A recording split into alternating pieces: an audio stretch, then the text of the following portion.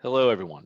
My name is Will Pearson. I'm a solutions architect with the Voltage Secure Data Product Group here at Micro Focus. And today I'd like to talk about some no-code integration options for implementing encryption for web analytics, right? And this approach can be used really not only for just web analytics, but it can also apply to SaaS applications, internally developed applications, or even things like JDBC or ODBC connections for databases.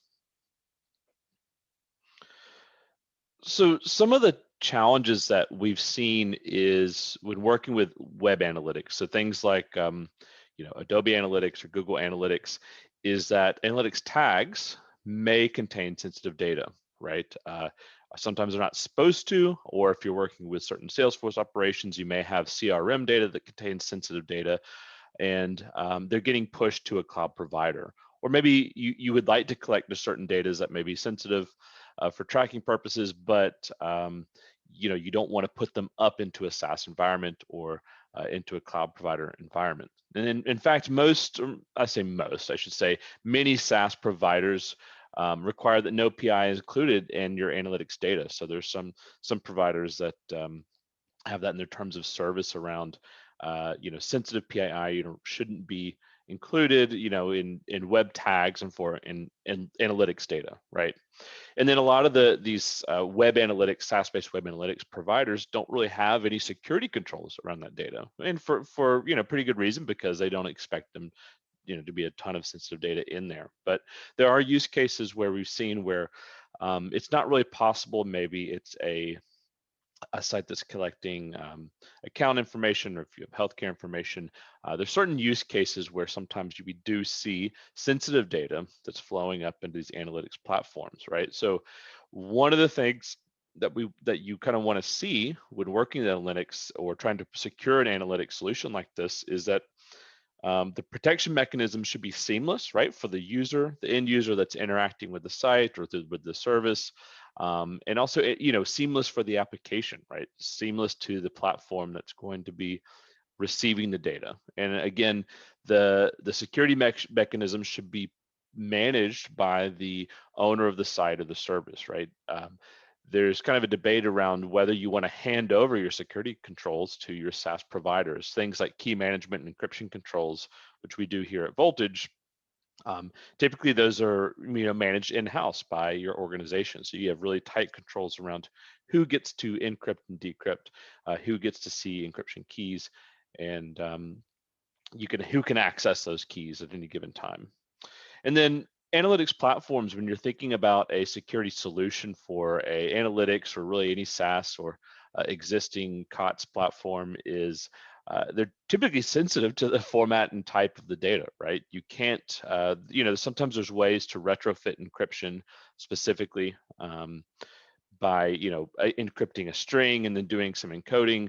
Those typically, if you just use basic like AES encryption or do hashing, those generally result in expansion of the string data, right? Which is not desirable when you're dealing with commercial applications. They may not play nicely, or you may run into character limits or things like that. So whatever solution kind of we come up with, it's needs to be sensitive to the type of data and the formatting of that data that's flowing up to that SaaS platform. And one way to do that, and our preferred way to do that, is to use a tool called Secure Data Sentry, right? So Voltage Secure Data Sentry is a product that can be considered as it's a cloud data protection gateway, right? Some consider CDPG, right, is a subset of CASB, right, Cloud Access Security Broker.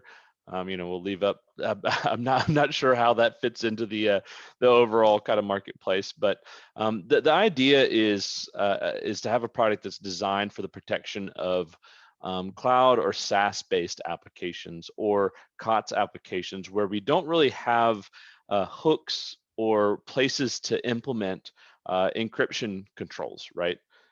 One of the benefits is this product works. It uses interception-based technology, and it works basically with zero programming effort for integration into your application. So you have really a quick integration. You don't have to have a ton of domain expertise to implement encryption into your use case, or this is great for legacy applications or off-the-shelf applications where you don't have the ability, right, to open up the code and get in there and make the changes to implement encryption. So this is a really great product for handling really any SaaS or legacy use case. So in this case, we're going to be talking about, how we can use this for web analytics, but it's really not limited to that. Things like Salesforce, CRM tools like Microsoft Dynamics, ServiceNow, things like that, are all great candidates for using Secure Data Sentry. Oftentimes, we see sensitive data flowing up to these platforms, and Sentry is a great tool for protecting them. There's a lot of nice features of the product. So there's automated content discovery, right? So there's a whole process for discovering data as it's flowing up to your application. So there's inspection and discovery, and then a nice graphical user interface, a web-based interface for defining the protection flows, right? So you can pick and choose what's going to be encrypted or possibly decrypted as it comes downstream, as it flows through the Sentry system. And of course, the protection that's happening here is our voltage format preserving encryption, or potentially tokenization or some symmetric AES type of encryption. But the kind of the core protection mechanism that we see being used is voltage FPE. And FPE is a mechanism or a method of encrypting data while preserving the formatting of that data. I discussed that some in our other presentations, but the idea here is, if you have a name or an account number value, we're not going to expand the length. That's going to still look kind of look and feel from an application perspective like a name or account number, and it's going to play really nicely with those applications without having to make any changes to them. Really wide content support as well. XML, JSON, we can parse just about anything, coming across that HTTP connection. And of course, we also have JDBC and ODBC connectors for this product as well, right? So you can do interception in addition for doing, interception for SaaS or web analytics-based use cases. You could do interception for database-driven use cases. So you could stick Sentry essentially in between a client or an application and a database and do an interception there, right? And do encryption interception there. So this is just kind of showing where Sentry sits in the Voltage Secure Data portfolio, right? So Sentry is really just another client as part of the Voltage ecosystem, right? So when we're talking about the product, what's really great is the encryption and the key management.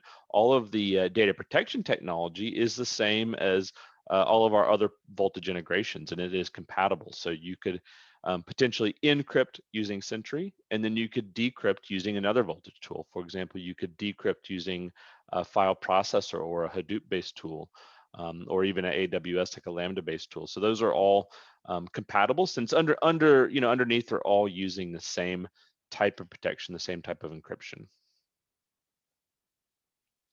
And kind of the way this works is, what you have today is a user that's, say, creating an account, or if you have a user that's interacting with your website and is generating tag data flowing up to your web analytics platform. So right now, that data flows in the clear to your platform, and it's unencrypted and unprotected. And obviously, this is a problem for, if you have unauthorized access, you have rogue admin, things like that. You're even subject to certain requests from federal authorities.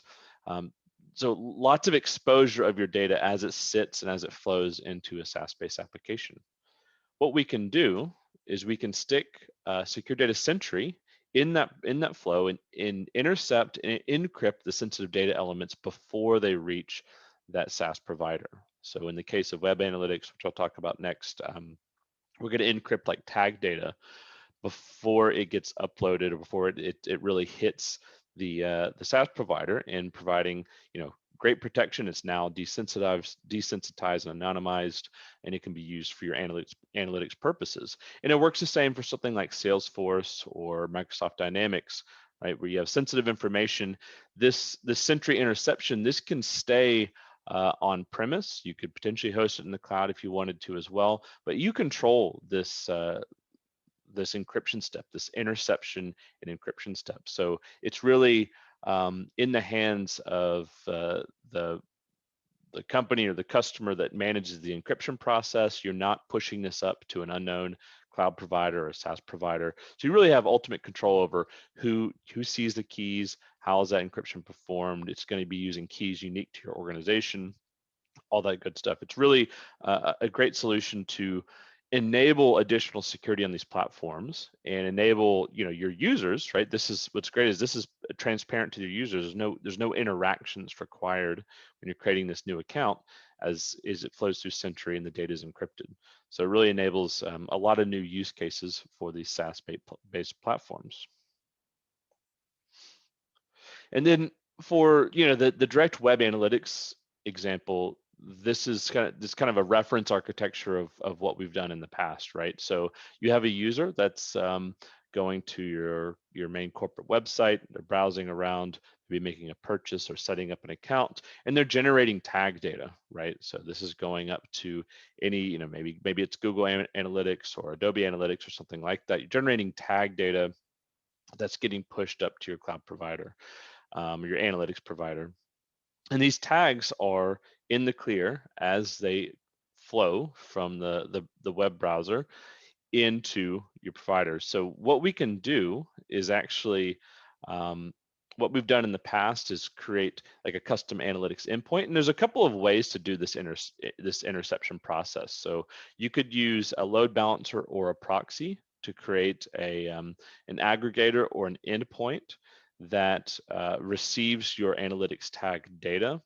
And that load balancer proxy can be configured to do some forwarding of traffic to the Sentry server for encryption. So this is a common use case. This is how we kind of set it up for a number of analytics-based use cases, where you have a load balancer or proxy, and you do what's something called ICAP forwarding. So you use the ICAP, or really the ICAP-S, secure ICAP protocol, to take this payload, forward over to Sentry. What Sentry will do, it'll actually inspect the contents of this tag data, and it'll say, okay, based on the predefined rules that have been set up by the administrator, we're going to decide, okay, tag 1, yeah, that needs to be encrypted. That's a first name. Tag 2 is a last name.